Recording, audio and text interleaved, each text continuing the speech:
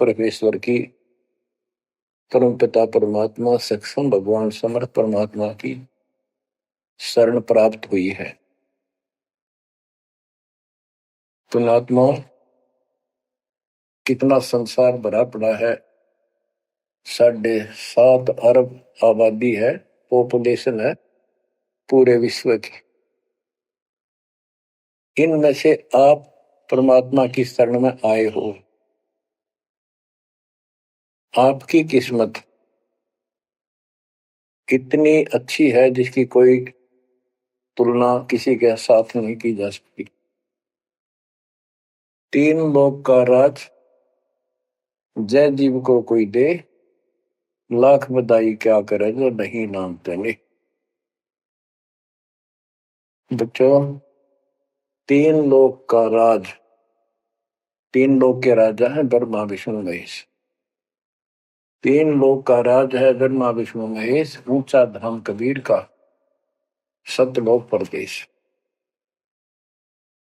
यदि सच्ची भक्ति नहीं करते, भक्ति तो देखो सभी कर रहे हैं, ऋषियों ने कोई कसर नहीं छोड़ी, परमात्मा पाने के लिए समर्पित हो गए, कति शरीर गाड़ दिया, लेकिन घन से जंडी नहीं कटे। जंडी काटने के लिए तो तीखी कुहाड़ी चाहिए या आरी हो। इसलिए साधन बिना जो उल्टा काम करते हैं वो कितने दिन लगे रही हो, उसमें कोई सफलता नहीं मिला। सत्य साधना के दिन अन्य कितने प्रयत्न कर लो, भगवान प्राप्ति नहीं हो सकती। यही कारण रहा, इन ऋषि लोगों ने साधनाएं खूब करी, लेकिन काल ने इनको अधूरा ज्ञान दे रखा, इनकम्प्लीट और भ्रमित ज्ञान है। जैसे चारों वेदों में एक ही मंत्र है जो ब्रह्म साधन का है, बाकी और किसी की भक्ति का जिक्र भी नहीं है, ना कोई और मंत्र है। यजुर्वेद अध्याय नंबर 40 श्लोक 15 में ओम कर्तु समर कल्वे समर कर्तुम समर, उसमें लिखा है ओम नाम का जाप काम करते करते विशेष कसक के साथ और अपने जीवन का मूल काम समझकर करो। और ओम नाम से क्या प्राप्ति होगी? श्रीमद देवी भागवत पुराण, देवी दुर्गा जी हिमालय राजा को स्पष्ट कर देती है, क्योंकि हिमालय राजा देवी का पुजारी था और वो मोक्ष की डिमांड कर रहा था, क्योंकि धन राजा के पास बहुत होता है, सब सुविधाएं होती हैं, पर वो आखिर में वो भी अच्छी नहीं लगती, मोक्ष मांगता है। तब दुर्गा जी कहती हैं कि राजन तू और सब बातें छोड़ दे, सब पूजा त्याग दे, ओम नाम का जाप कर। ओम नाम के जाप से तू ब्रह्म को प्राप्त होगा, जो दिव्य आकाश रूपी ब्रह्म लोक में रहता है। तेरा कल्याण हो।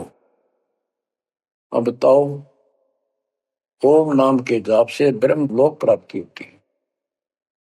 गीता अध्याय 8 श्लोक 13 में स्पष्ट किया है कि गीता बोलने वाला ही ब्रह्म है, काल है। ओम इति एक अक्षरम ब्रह्म विहारण माम अनुस्मरण ये पर्याति तजंदेहम स याति परमागति। मुझ ब्रह्म का केवल ओम एक अक्षर है, इसका अंतिम सांस तक जो श्रवण करता हुआ शरीर छोड़कर जाता है, वो मेरे वाली परम गति, ओम से होने वाली परम गति को प्राप्त होता है। जिस समय ब्रह्मा जी और विष्णु जी का आपस में युद्ध हो जाता है, ये काल शिव रूप में प्रकट होता है, इन दोनों को समझाता है कि तुम भगवान नहीं हो, कहां अपने आप को ईश मान बैठे, और सुन लो तुम्हारे तप के प्रतिफल में मैंने तुम्हें एक एक जोग दी है, ब्रह्मा को उत्पत्ति, तेरे को सती थी पालन, इसी प्रकार शंकर को संहार, और मेरा 5 अवयव से तैयार होकर के ये एक ओम अक्षर बना है, ये मेरा मंत्र है, इसका जाप को तुम्हारा कल्याण हो। एक तो ऐसे तो होगा कि वो ब्रह्म था जो ब्रह्मा विष्णु महेश को मिला था शिव जी के रूप में। तो बच्चों ये है तत्व ज्ञान निष्कर्ष सारे अध्यात्म का। और प्रसंग चल रहा है कि ऋषियों ने साधनाएं बहुत की, शरीर गाल दिए, दिन रात एक कर दिया। ओम नाम तो इन्होंने ले लिया वेद से, क्योंकि पहले वेद थे पुराण इनके ऋषियों की रचना है, बाद की बात इनका अनुभव होता गया, जिससे सुनी सुनाई दंत कथा इसमें लिखी थी, कुछ सच्ची कुछ झूठी, कुछ वेदों से कुछ अपना अनुभव। ये पुराणों का एक संग्रह है। उधर से देवी महापुराण तीसरे स्कंद में नारद जी अपने पिता ब्रह्मा जी से प्रश्न करते हैं, हे पिता कृपा मेरा एक शंका का समाधान करो, ये सारी सृष्टि कैसे रचेगी। तो ब्रह्मा जी कहते हैं, बेटा नारद इसका क्या उत्तर दो। जब मैं सचेत हुआ, होश में आया, मैं एक कमल के फूल पर बैठा था और उस अगाध जल में और कुछ भी नहीं था, पानी ही पानी था। अब मैंने सोचा यहां मैं कैसे उत्पन्न हो गया, मेरा जनक कौन है, मैं किसने पैदा किया। तो उसी समय आकाशवाणी हुई, बेटा तप करो तप करो। मैंने 1000 वर्ष तक तप किया, फिर आकाशवाणी हुई, अब सृष्टि करो। गरीबदास जी ने 100 में सीधा स्पष्ट कर दिया है कि तपो तपो कर वाक्य सुनाया, वो करतो बल मेरी माया। तो ओम जाप तो ऋषियों ने ले लिया वेदों से, और ब्रह्मा जी इनका फर्स्ट गाइड है, प्रथम गुरु है। इसी से वेद इन्होंने सीखे समझे हैं। ये इन ब्राह्मणों का पिता है, जनक है, ऋषि इसी की संतान है। तो इन्होंने ब्रह्मा जी से तप ले लिया कि ब्रह्मा जी को आकाशवाणी हुई भगवान की, इसलिए तप भी करते रहे। फिर ओम नाम का जाप यू खिचड़ी करके इन्होंने साधनाएं की। ये आकाशवाणी की थी काल ब्रह्म ने। इनका भ्रम था कि किसी को परमात्मा मान रहे हो, दिखता नहीं बस। तो इस जाप से और इस तप से इनमें सिद्धियां आ गई, परमाणु बन गए, चमत्कार होने लग गए। तो इन्होंने इसी को अपना मोक्ष और भक्ति की अंतिम उपलब्धि मान ली। ओम नाम के जाप से ये ब्रह्मलोक में जाएंगे, वहां हजारों वर्षों तक अपनापन भोगेंगे, मौज मस्ती मारेंगे, सारी बकवाद करेंगे जो धरती पर ना होती। वह और क्या है, स्वर्ग में ये बकवाद ही है, नाचने गाने वाली मेरी वैश्यावृत्ति, उसी को सुख मानता है मन। तो इसे तो यहाँ डोए डोए, इसे वहां डोए जाके, फिर पुण्य खत्म करके वह मौज वहां मस्ती करके ये फिर पृथ्वी पर आते हैं। जैसे गीता गए 8 श्लोक 16 में स्पष्ट किया है कि ब्रह्मलोक में गए हुए भी पुनरावृत्ति में है, वापस जन्म मृत्यु में आते हैं। तो ये तत्व ज्ञान है, सब ग्रंथों का सार निकल गया। क्यों? ओम नाम के जाप से ब्रह्मलोक प्राप्ति, ब्रह्मलोक में गए हुए पुनरावृत्ति जन्म मृत्यु में होता है उनका। तो मोक्ष खाक हुआ, ये क्या मुक्ति हुई। गरीबदास जी कहते हैं, ये अरट का कुआ लोई व्यागुड़ बंधा है सब कोई, कीड़ी कुंजर और अवतारा, हर हट डोर बंधे कई बार। अब तप से इनमें सिद्धियां आ गई।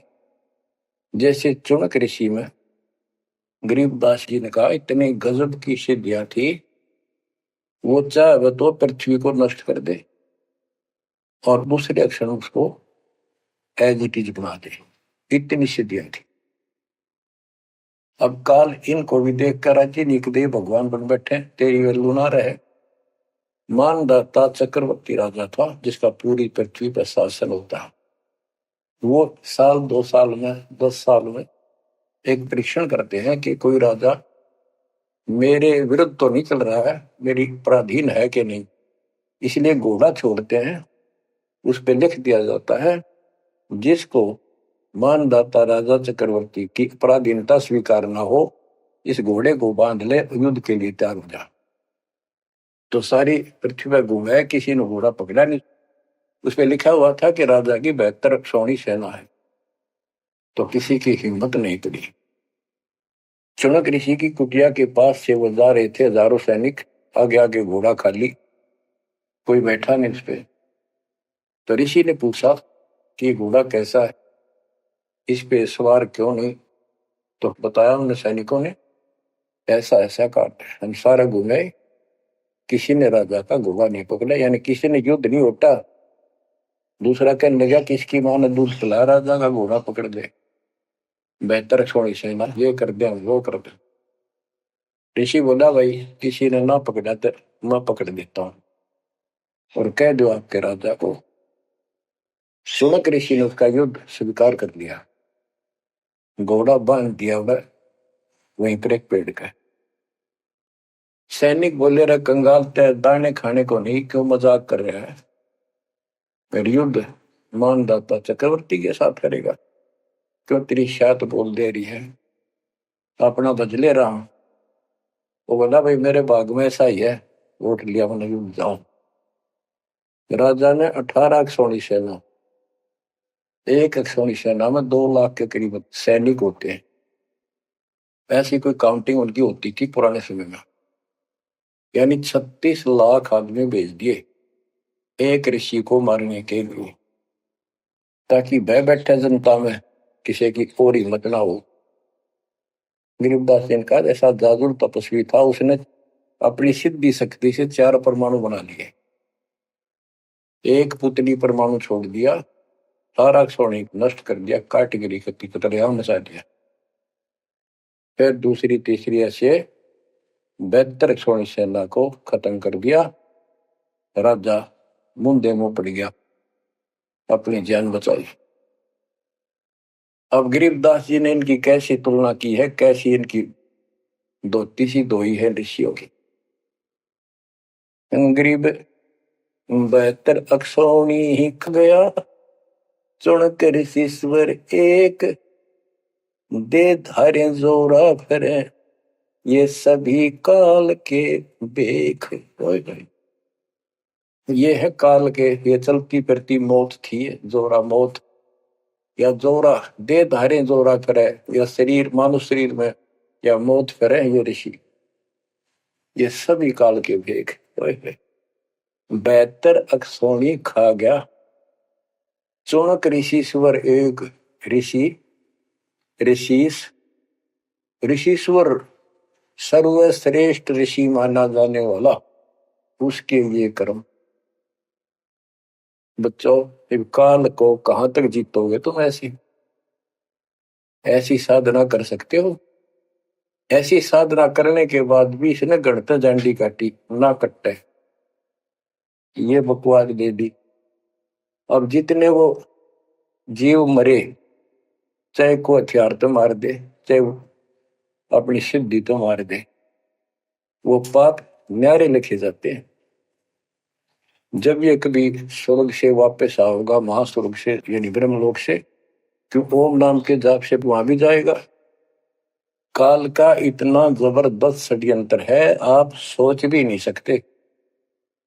गरीबदास जी कहते हैं, सतगुरु आए दया करी, ऐसे दीन दयाल, बंदी छोड़ वृतास का, जठरग्नि प्रतिपाल।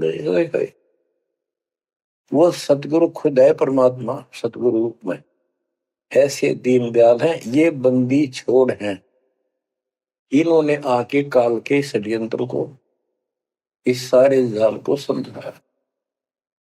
जब ये ब्रह्मलोक में भी सुख भोग कर फिर नीचे पटकेंगे, इसको कुत्ता बनेगा चुनक ऋषि वाली आत्मा, और वो कितने जीव मारे थे इसके शर में कीड़े पड़ेंगे, नोच नोच कर बदला लेंगे।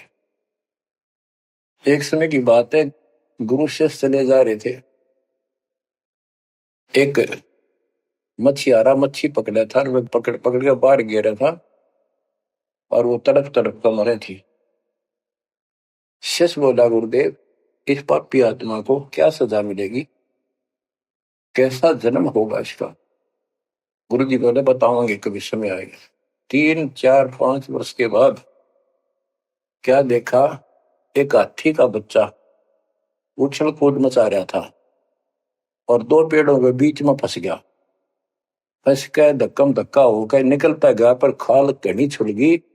बारिश के दिनों में उसके कीड़े पड़ गए और इतने पड़ गए कि वो पड़ा पड़ा चल रहा और सारे शरीर पर कीड़े चल।